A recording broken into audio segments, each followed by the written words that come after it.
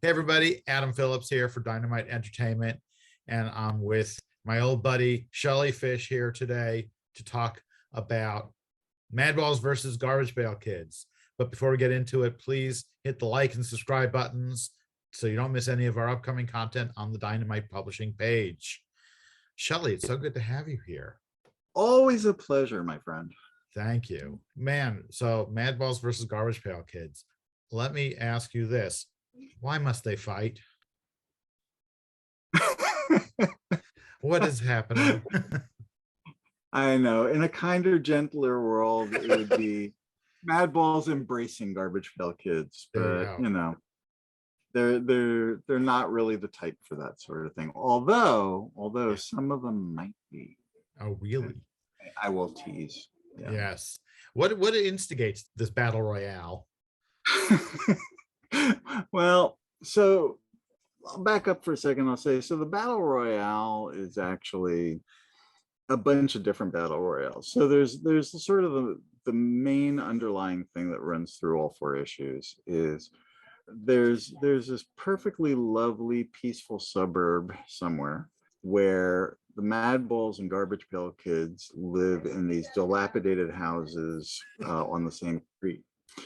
And because they're basically so similar in a lot of ways, and they're both so, you know, creepy and all of that, they're just constantly trying to keep up with the Madballs, you know, and try to outdo each other. And each one is convinced that the other one is copying them. And so it carries over from, you know, block parties to science fairs to extreme sports to the gripping courtroom drama Madballs v. Garbage Pail Kids.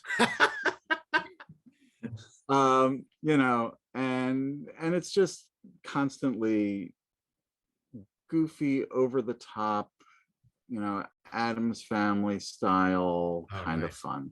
Yeah. Now, don't the Garbage Pail Kids have an unfair advantage because they have arms and legs? You would think, but and I'll say that when I started writing it, you know, I had to think about, like, so when there's the battle of the bands, I had to figure out how the Madballs were actually going to play their instruments. But then when I saw the art for the first issues, I discovered that what Jason has done, to my surprise, but actually makes things a lot easier, is periodically the Madballs do put on bodies, and so, so that advantage doesn't quite hold up. But most of the time it's disembodied heads versus creepy baby-like creatures. And yeah, I mean, you know, and they drool and they explode and they spread toxic waste, and you know, all the things that you'd expect in a good wholesome kids comic. Fantastic. Yeah, Jason Crosby is really killing it on the artwork. It is so, you know, in keeping with everything that we associate with both licenses, really, because it's got that lurid kind of color palette, and you know, everything's pretty gross. It's fantastic, and we're going to show some of that art now. He's been doing a great job of really kind of walking the fine line between over the top and gross and all of that without just getting, you know, disgusting, repulsive. And it's creepy fun. Yeah, it really is. Now, I heard that this is going to top Justice League Avengers for, no, I don't know. Don't tell Kurt. Yeah, exactly. This is going to be the blockbuster to end all blockbuster team conflicts, I'm sure. And I mean, did you ever think you were going to be writing, you know, such crazy, I mean, these were so huge back in the day. Yeah. And well, they still, you know, look, I remember you and I both were working at Marvel back in the days when they were when Madballs first came out, and they, you know, and the first Kids, but and you and I were also both buddies with Jim Salicrup when he was at Topps and Garbage Pail Kids came out. I actually still have the display box of Garbage Pail Kid cards that Jim gave me back then, which, you know, maybe That's now I so can use cool. to finance the second home or something. But Yes. yeah, no, so, you know, both of us have really kind of seen this from back way back then, more years ago than I really care to think about, to like this resurgence now. And yeah, who would have expected? That's so great.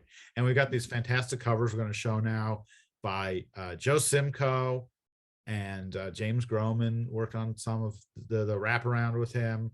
And these are some of the big names out of the design era of the Garbage Pail Kids and the Madballs. And of course, Jason also doing a cover. So they are very cool. Do you get to introduce any new characters? Do you want to? There are so many characters already Well, that that's I the other actually thing. had to, It's like, I had to do the opposite, honestly. yeah, Because, you know, Garbage Pail Kids in particular, there are just dozens and dozens and dozens of Garbage Pail Kids. There are not as many balls, although there's still a bunch. But you know, one of the things that I realized right at the beginning was that if I was going to be able to do anything to allow readers to sort of connect to the characters and develop the characters in any way, I had to really limit it. And so I picked about a half dozen of each to be sort of our core cast. If you stick around to the last issue, you may find yourself with more of these guys than, you know, you ever thought possible. But for the most part, it's that core cast of about a half a dozen each. yeah, sure. And I mean, those are going to be the main ones that people Yeah, remember. the really iconic ones, you know. Right. So, you know, you got like Screaming Mimi and Dustbrain and all of those guys from the Madballs, and you got like Adam Bomb and Nasty Nick and all that. Yes. And you do have, this is a sort of a subplot that runs through all of the issues. You do have the star-crossed romance between Hornhead from the Madballs and Scary Janie from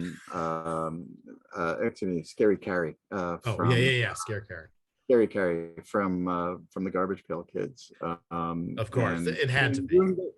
doing their level best not to let their families know that either of them would be, you know, civil, let alone interested in somebody from the other side.